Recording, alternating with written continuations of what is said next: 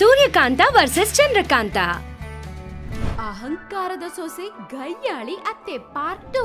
Coffee ಮಾಡಕ್ ಬರಲ್ಲ ಅಂತ ಹೇಳಿ ಒಳಗಡೆ ಹೋದ ಚಂದ್ರಕಾಂತ ನೋಡಿ ಸೂರ್ಯಕಾಂತ ಶಾಕ್ ಆಗ್ತಾಳೆ.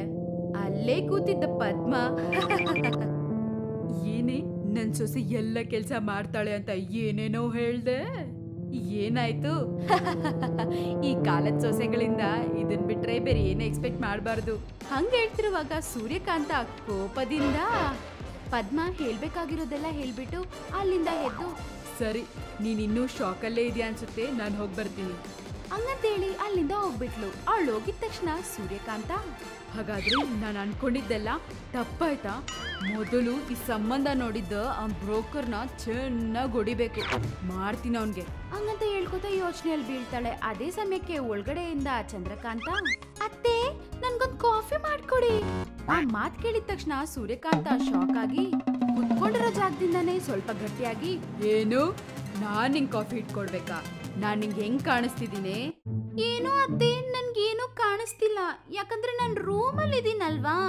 ಅದನ್ ಕೇಳಿದ ಸೂರ್ಯಕಾಂತ ಟೆನ್ಷನ್ ಇಂದ, ಏನೇ ನನ್ ಮೇಲೆ ಕಾಮಿಡಿನಾ? ಅಯ್ಯೋ ನಿಮ್ಮೆಲ್ಲ ಕಾಮಿಡಿನಾ? ಇಲ್ಲ ಅತ್ತೆ, ಈ ಕಾಮಿಡಿ ಗಿಮಿಡಿ ಅಲ್ಲ, ನಂಗೆ ಗೊತ್ತಿಲ್ಲ ಅತ್ತೆ. ಆಚೆ ಬರುವಾಗ ಮಾತಾಡ್ಕೊತಾ ಬಂದ್ಲು. ಆ ಮಾತು ಕೇಳಿದ ಸೂರ್ಯಕಾಂತ ಮತ್ತೆ ಶಾಕ್ ಆಗಿ, ನಿನ್ಗೇನ್ ಕೆಲ್ಸನೂ ಬರಲ್ಲ ಅಂತ ಮದ್ವೆಗ್ ಮುಂಚೆ ನನ್ಗೆ ಯಾಕೆ ಹೇಳಿಲ್ವೇ? ನೀವ್ ಕೇಳಿಲ್ಲ, ನಾನ್ ಹೇಳಿಲ್ಲ. ಹಾಗಾದ್ರೆ ಸೀರೆ ಕಟ್ಕೊಂಡ್ ಲಕ್ಷಣವಾಗಿದ್ದೆ, ಇವಾಗೇನು ಈ ಜೀನ್ಸ್ಗಳು? ಹೋ ಅದಾ, ಹಿಂಗ್ ಮಾಡರ್ನ್ ಆಗಿದ್ರೆ ಯಾರಿಗೂ ಇಷ್ಟ ಆಗ್ತಿಲ್ಲ ಅಂತೆ, ಅದಕ್ಕೆ ಹಂಗ್ ಕವರಿಂಗ್ ಕೊಟ್ಟೆ. ಎಷ್ಟು ಸುಳ್ಳು ಎಷ್ಟು ಸುಳ್ಳು!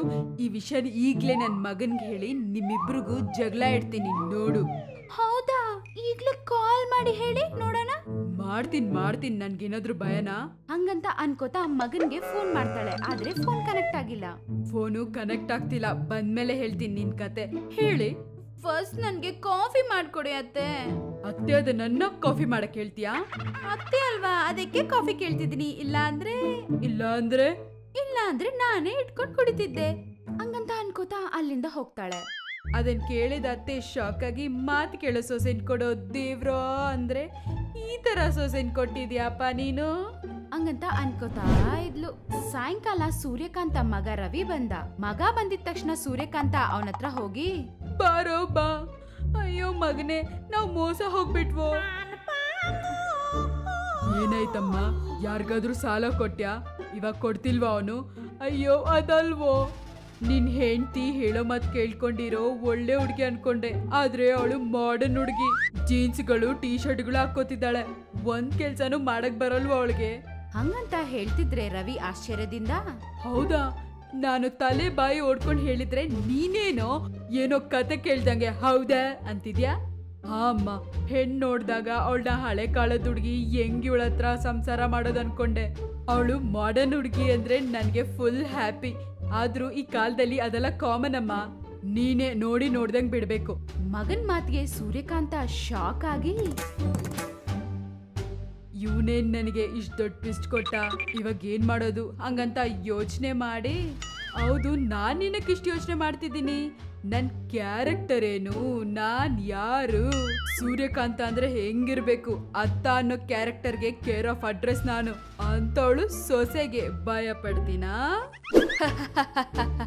ನನ್ ಸೊಸೆಗೆ ನಾನ್ ಯಾರೋ ತೋರಿಸ್ತೀನಿ ಹಂಗಂತ ಅನ್ಕೋತಾ ಅಲ್ಲಿಂದ ಹೋಗ್ತಾಳೆ. ಚಂದ್ರಕಾಂತ ಹಾಲಲ್ಲಿ ಕುತ್ಕೊಂಡು ಫೋನ್ ನೋಡ್ತಾ ಇದ್ಲು. ಅದೇ ತರ ಸೂರ್ಯಕಾಂತನು ಅವಳ ಎದುರುಗಡೆ ಕುತ್ಕೊಂಡು ಫೋನ್ ಆನ್ ಮಾಡಿ ಕಿವಿ ಹತ್ರ ಇಟ್ಕೋತಾಳೆ. ಹೇಳೇ ಪದ್ಮ, ಏನು ನಿನ್ ಸೊಸೆನ ಅಮ್ಮನ್ ಮನೆಗ್ ಕಳ್ಸ್ಬಿಟ್ಯಾ? ಒಳ್ಳೆ ಕೆಲ್ಸ ಮಾಡ್ದೆ. ಅತ್ತೆ ಮಾತ್ ಕೇಳ್ದೆ ಇರೋ ಸೊಸೆಗಲ್ಲ ಹಿಂಗೆ ಮಾಡ್ಬೇಕು, ಇಲ್ಲ ಅಂದ್ರೆ ಅಷ್ಟೇ. ಅಯ್ಯೋ ಅಪ್ಪ ದೇವ್ರೆ, ಈ ಕಾಲದ ಸೊಸೆಗಳಿಗೆ ಅದೇ ಗುಣಪಾಠ ಹಂಗಂತ ಅಂತ ಇದ್ಲು. ಆ ಮಾತ್ ಕೇಳಿದ್ ಚಂದ್ರಕಾಂತ, ಅಯ್ಯೋ ನಮ್ಮತ್ತೆ ಹೇಳಿದ ಕೆಲ್ಸ ಮಾಡ್ತಾಳೇನು?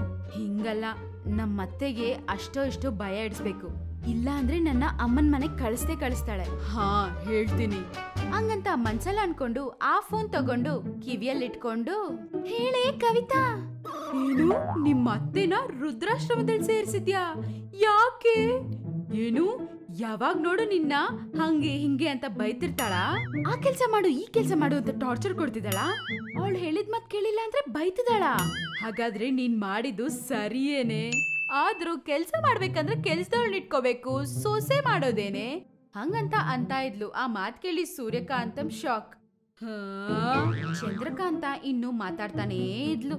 ಇನ್ನು ಹಾ ಅತ್ತೆಗಳಿಗೆಲ್ಲ ವಯಸ್ಸಾಯ್ತಲ್ವೇ, ಅಷ್ಟೇ ಬಿಡೆ, ಹಳೆ ಕಾಲದ ಪದ್ಧತಿ ಅಭ್ಯಾಸ ಎಲ್ಲೋಗುತ್ತೆ. ಕಾಲ ಬದ್ಲಾಗ್ತಿದೆ, ನಾವು ಬದ್ಲಾಗ್ಬೇಕು. ಹಂಗೆ ಎಲ್ಲಾ ಅತ್ತೆಗಳು ಅನ್ಕೊಂಡ್ರೆ ಈ ವೃದ್ಧಾಶ್ರಮ ಏನಕ್ಕೆ? ಏನು ನಮ್ಮ ಅತ್ತೆ ಕತೆ ಏನಂತ ಕೇಳ್ತಿದ್ಯಾ? ಎಲ್ಲೇ ಇವಾಗ್ಲೇ ಅಲ್ವಾ ನಮ್ಮಿಬ್ರು ಬಂದ ಶುರುವಾಗ್ತಿದೆ.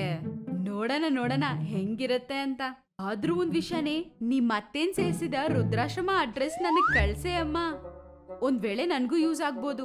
ಆ ಮಾತ್ ಕೇಳಿದ ತಕ್ಷಣ ಸೂರ್ಯಕಾಂತಂ ಭಯ ಪಟ್ಟು, ಇವಳು ನನ್ಗಿಂತ ದೊಡ್ಡ ಕಿಲ್ಲಡಿ ಅನ್ಸುತ್ತೆ, ಇವಳತ್ರ ಭದ್ರವಾಗಿರ್ಬೇಕು, ಇಲ್ಲ ಅಂದ್ರೆ ನನ್ನ ವೃದ್ಧಾಶ್ರಮಕ್ಕೆ ಕಳಿಸ್ತಾಳೆ ಹಂಗಂತ ಮನ್ಸಲ್ಲಿ ಅನ್ಕೊಂಡು ಮೇಲೆ ಅಮ್ಮ ಚಂದ್ರ ಹಂಗಂತ ಅಂದ್ಲು. ಅದ್ ಕೇಳಿದ ತಕ್ಷಣ ಚಂದ್ರಕಾಂತ, ಆ ಅತ್ತಿ ಹೇಳಿ, ನನ್ಗೆ ಮಗಳಾದ್ರೂ ಸೊಸೆ ಆದ್ರೂ ನೀನೆ, ನಿನ್ಗೇನ್ ಬೇಕಾದ್ರೂ ನನ್ನನ್ನ ಕೇಳಮ್ಮ. ನೀನ್ ನನ್ನನ್ನ ಸೊಸೆ ಅಲ್ಲ ಮಗಳ ತರ ನೋಡ್ಕೋತೀನಿ ಅಂದ್ರೆ ನಾನ್ ನಿಮ್ಮನ್ನ ಅದು ಬೇಕು ಇದು ಬೇಕಂತ ಏನಕ್ಕೆ ಕೇಳ್ತೀನಿ ಅತ್ತೆ? ನಿಮ್ಗೇನ್ ಬೇಕೋ ಅದೆಲ್ಲ ನಾನೇ ಮಾಡ್ಕೊಡ್ತೀನಿ.